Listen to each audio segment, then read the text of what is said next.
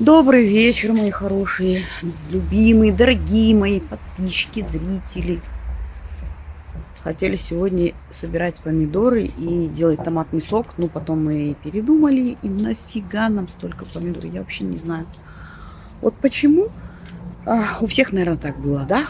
Вот кто с постсоветского пространства, особенно кто в деревнях жил, давали такие участки огромные, там, километровые. И вот мы там сажали картошку. А нас, даже если нас было 8 человек в доме, картошки было, я не знаю, сколько тонн. И вот, короче, не знаю, зачем нам столько было картошки, но куда мы девали. У нас хозяйство было, у нас коровы были, да. Теперь насажали этих помидор, не знаем, куда их девать. А еще тыква. Тыква. И еще я вот не понимаю, зачем меня будили в выходной родители. А один был выходной, единственный, по-моему, у нас. По-моему, один был, да? Кто моего возраста, кто помнит? По-моему, один, только воскресенье у нас было. И почему-то мне в 9 часов уже говорили, вставай, уже 9 часов. И у меня это до сих пор сохранилось, представляете? Вот даже никто меня не будет, я знаю, что меня никто не будет будить. Даже я буду одна дома, мне ничего не надо будет делать. Но у меня вот этот будильник внутри, надо вставать, надо вставать. А что ты спишь, надо вставать. Почему вот это не искореняется? Укореняется хорошо, не искореняется вообще. О, Павлик ходит. И вот поэтому я дочь свою всегда давала поспать. У меня не было дедовщины, что вот со мной вот так обращались, и я вот так буду. Вообще у меня очень хорошие родители были, очень хорошие. Вот сейчас говорят, родители надо простить, а мне даже не за что прощать. Да, у меня отец очень был молчаливый, он был настоящий мужик, вот сказал, сделал вот такой. И он выпивал для того, чтобы нам что-нибудь высказать. Мы это тогда не понимали, мы на него обижались, злились. А сейчас их нет, и ты понимаешь, что не за что их вообще прощать, за что?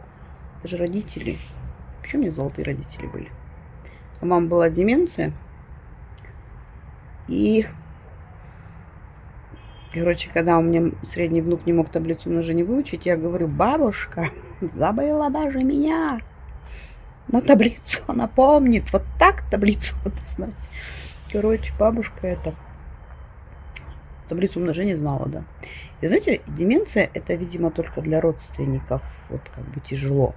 А мне кажется, для самого больного она не так страшна. Они где-то ходят. Они где-то в других мирах, я так поняла уже. Потому что она помнила всех своих умерших родственников. Она всегда говорила, я пойду к маме, я пойду к папе. Я потом показываю ей фотографию ее отца. И говорю, это кто? Она говорит, папа мой. Я говорю, он же умер. Она говорит, нет. Сбили меня, в общем, отвлекли.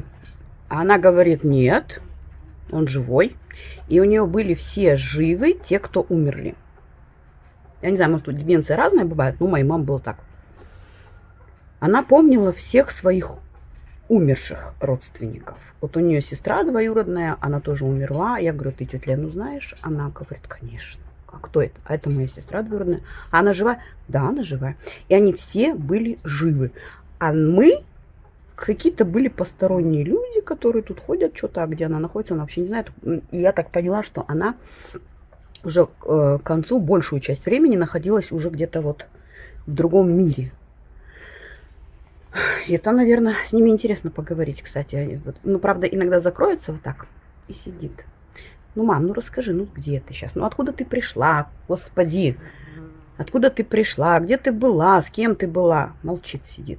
А иногда прямо у нас в окно смотрит, говорит, у нас на фронте такие же деревья были. Я говорю, мам, ты что, ты же не была на фронте, ты же родилась в 1939 году. Она такая, ну да. Она, видимо, и понимает, что она что-то не то говорит, и, видимо, а может, ну, к концу уже не понимает, что она что-то не то говорит. Так что вот, с ними надо как с детками подыгрывать, подстраиваться, и тогда легче.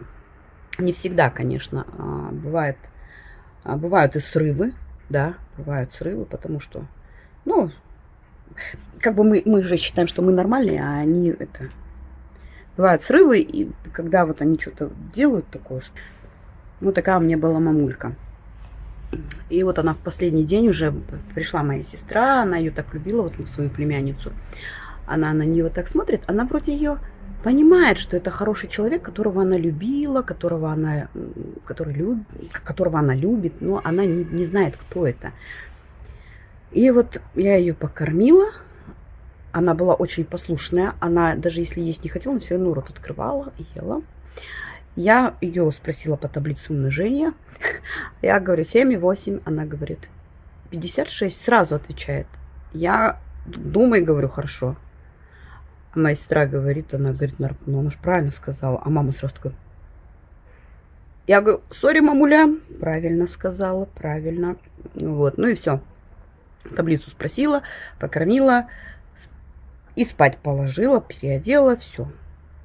И смотрим, что все, она уходит. Прям видно было. И она вот так лежит, и уже закрытые глаза, она уже в каком-то забытии. И мы рядом сидим, я руку держу ее, мамуля, мамуля. Мы ее не стали пугать, орать, кричать. А она лежит и говорит, а где это я? А я говорю, наверное, ты на пути к Создателю.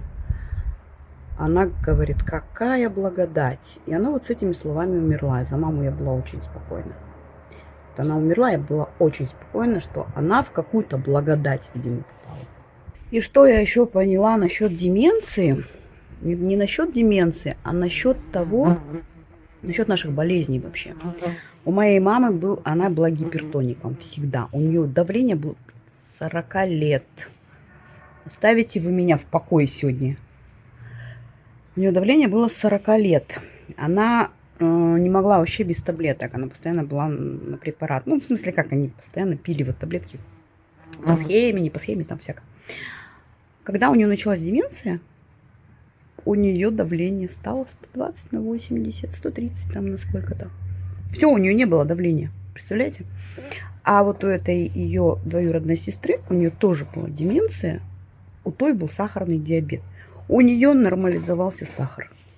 И вот все, видимо, вот отсюда. Вот, видимо, все вот отсюда. Они забыли, видимо, что они болеют. И все, и они перестали болеть. Может, и онкологию так можно лечить, интересно.